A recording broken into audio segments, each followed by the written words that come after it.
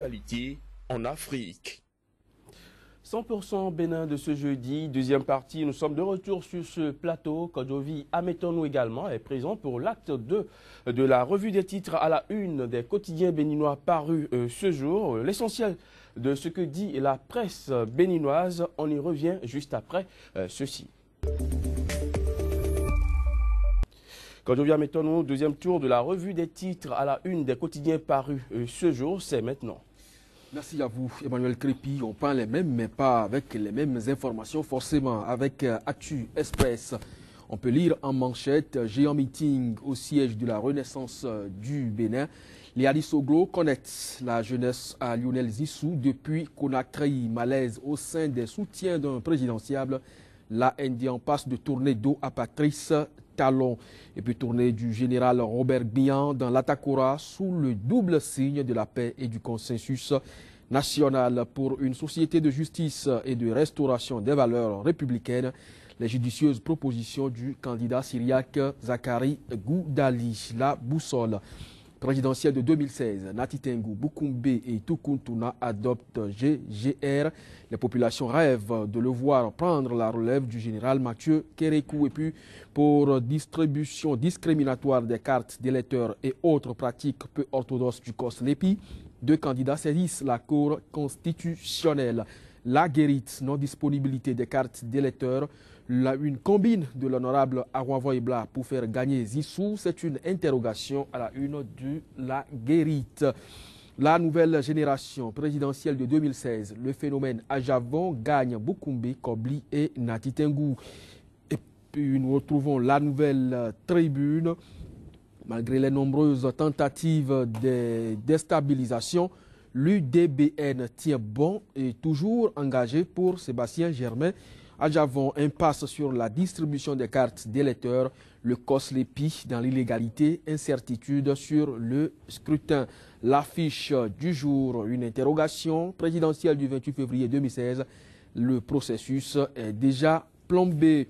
Le quotidien Le Contemporain grogne au sein de l'équipe de campagne du Roi de Coton, la NDL d'Assigli en passe de tourner dos à Patrice Talon pour mépris et opacité de gestion de la coordination de la campagne. Le grand matin présidentiel de 2016, le report du scrutin se précise. Les candidats de la rupture maintiennent la pression. Le matin, élection présidentielle du 28 février 2016, l'UDBN et Prudentiaux, toujours avec Sébastien Germain à Javon. Et puis choix du prochain président de la République, Ouidak Pomassei Kalavi, choisissent Pascal Irénée Koupaki, le meilleur. Présidentielle de 2016, Sébastien Javon draine du monde lors de sa tournée dans l'Atakora. Et puis supposée défection de Claudine Prudencio vis-à-vis du candidat à Javon, le démenti formel du bureau politique de l'UDBN, l'Amazone plus que jamais engagé pour le sacre de Sébastien à Javon, le routier. Mobilisation de militants à Alada et environ. Didier Aklogan décidé à porter Koupaki au pouvoir présidentiel de 2016. Akhenatonde a le soutien des femmes. Et puis demande de report pour non-disponibilité de cartes d'électeurs. Première victoire pour ABT et la coalition de rupture. L'économiste rencontre avec son électorat du littoral Patrice Talon en mode proximité. L'expression tournée de Patrice Talon dans le littoral, du charme dans la proximité. Et puis pour un probable report de la présidentielle, la Sénat et les candidats en concertation. Ce jour, quotidien Libération, retard dans la fabrication des cartes d'électeurs. Tevoy Dre interpelle la conscience des gouvernants. Tournée de vulgarisation du projet de société dans l'Atlantique. Koupaki Adoubé à Pomassé, Ouida et Kalavi. Nord-Sud quotidien pour terminer. Tournée du candidat de la rupture dans le littoral. La méthode Talon force l'admiration. Emmanuel Crépi. C'est donc tout pour ce matin. Merci d'avoir feuilleté pour nous les quotidiens béninois qui nous sont parvenus ce matin. Rendez-vous demain pour d'autres points de l'actualité tels que relayés par les quotidiens béninois. Et comme je l'avais annoncé au début de cette émission, juste après vous, nous allons recevoir M. Gilbert Quimpe. Il est un acteur politique au Bénin, président du Parti républicain pour une alternative démocratique PRAD, un parti qui apporte son soutien au candidat Abdoulaye Biotchane. Avec lui, nous aborderons l'éternelle question de la fraude en période électorale. Restez avec nous, on l'installe avec la complicité de la régie. Sika TV fait escale au Bénin. Pendant toute la période électorale, retrouvez désormais sur votre chaîne panafricaine un programme matinal dénommé 100% Bénin, exclusivement consacré à l'actualité sociopolitique au Bénin. Pendant 2 heures, la politique, les questions de société et les grands dossiers de l'heure seront décryptés avec des éditorialistes, des professionnels des médias, des acteurs politiques et membres de la société civile. 100% Bénin sur Sika, c'est une fenêtre ouverte sur l'actualité au Bénin du lundi au vendredi de 7h à 9h, heure de Cotonou. 100% Bénin, c'est désormais sur Sika, le vrai visage de l'actualité en Afrique.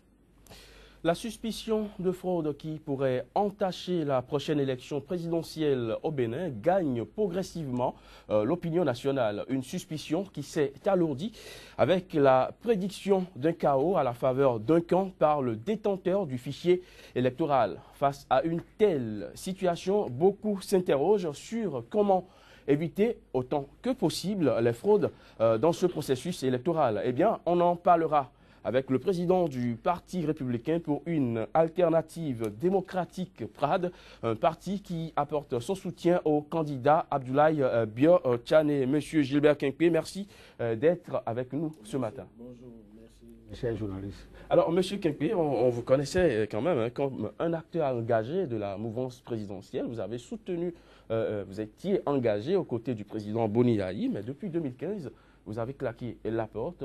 Désormais, vous soutenez le candidat Abdoulaye Biotchane. Qu'est-ce qui a pu motiver le choix à Abdoulaye Biotchane? Merci, mon cher journaliste, de m'avoir posé cette question. C'est une très belle question. Vous savez, vous n'êtes pas sans savoir qu'en 2006, Yayi Boni est venu, il dit ça va changer, ça peut changer, ça doit changer. Et pendant les 10 ans, pendant les 9 ans, pratiquement, moi je n'ai rien trouvé de ce qu'il a dit dans son discours. Rien n'a changé. Rien n'a changé. Mes militants à la base, j'ai des pressions, je recevais des pressions. Il dit, mais cet homme nous a dit, mais ça peut changer, ça doit changer, ça va changer. Mais rien n'a changé. Vous exagérez. Non, mais je n'exagère pas. Non, rien n'a changé, mon frère. Moi, je mesure mes mots, hein, et je n'ai pas peur de parler. Rien n'a changé pendant les 9 ans que nous avons fait avec Yayi Boni. On ne fait que du dilatoire. Alors là, nous, mes militants disent, mais c'est mieux qu'on claque la porte dès maintenant à ce monsieur et aller ailleurs, que de rester là dans l'obscurité, parce que je crois qu'avec Yayi Boni, nous on est resté dans l'obscurité pendant les 9 ans. Alors, c'est pour ça que nous on a classé la porte et on est parti. Hein. Le sujet que nous devons aborder ce matin est lié à la suspicion de fraude qui gagne l'opinion publique. Alors dites-nous, cette suspicion de fraude, M. Quinqué, ça s'amplifie, mais y a-t-il de sérieuses raisons aujourd'hui de s'inquiéter? Ah oui, il y a plusieurs raisons de s'inquiéter. Pourquoi je dis ça? Parce que vous n'êtes pas sans savoir que le président de Koslepi, en la personne de Renvoy Bla, sur une des chaînes, il est encore président en exercice parce que son mandat a expiré déjà le 31 janvier. Normalement, dans un pays sérieux, Renvoy Bla devait partir depuis et c'est une autre équipe qui devait venir faire la distribution des cartes de l'épée. Mais comme il est au Bénin, on ne respecte rien, n'est respecté, aucune loi n'est respectée. Il est encore là et vous n'êtes pas sans savoir. Il se permet le luxe de parler sur une des chaînes de télévision comme quoi, écoutez, on n'a même pas encore commencé le match, mais que le match est terminé et que c'est son camp qui va gagner les élections. Pour quelle raison il a eu à dire ça? Il a violé l'article 64. Et normalement, c'est un monsieur qui doit être poursuivi. Que dit l'article 64, monsieur? L'article 64 dit, lorsque vous êtes une autorité en fonction d'une personnalité d'une institution, de la République du Bénin, vous ne devez pas tenir des propos. Vous ne devez même pas aller parler sur la candidature d'un candidat. Vous n'avez même pas le droit de prononcer. Et l'article 144 est clair. Ce monsieur doit être poursuivi du code électoral. Il doit être poursuivi, ce monsieur doit être poursuivi devant le procureur. Et nous, en notre sein, nous sommes en train de nous organiser pour déposer une plainte contre ce monsieur. Et la peine, c'est de 1 an à 6 ans d'emprisonnement. et il doit payer une amende de 10 millions à l'État béninois. Il doit payer une amende de 10 millions dans la caisse de l'État béninois, dans la caisse du Trésor. Ce que nous sommes en train de nous organiser pour le faire. Et vous n'êtes pas sans savoir que il y a eu 51, alors l'honorable Khaolo Hélène Keke, une avocate émérite, il a dénoncé sur des chaînes, comme quoi il y a eu 51 bureaux de vote fictifs. Et c'est pour ça que nous, à notre sein, au niveau de la coalition, nous sommes en train de nous organiser.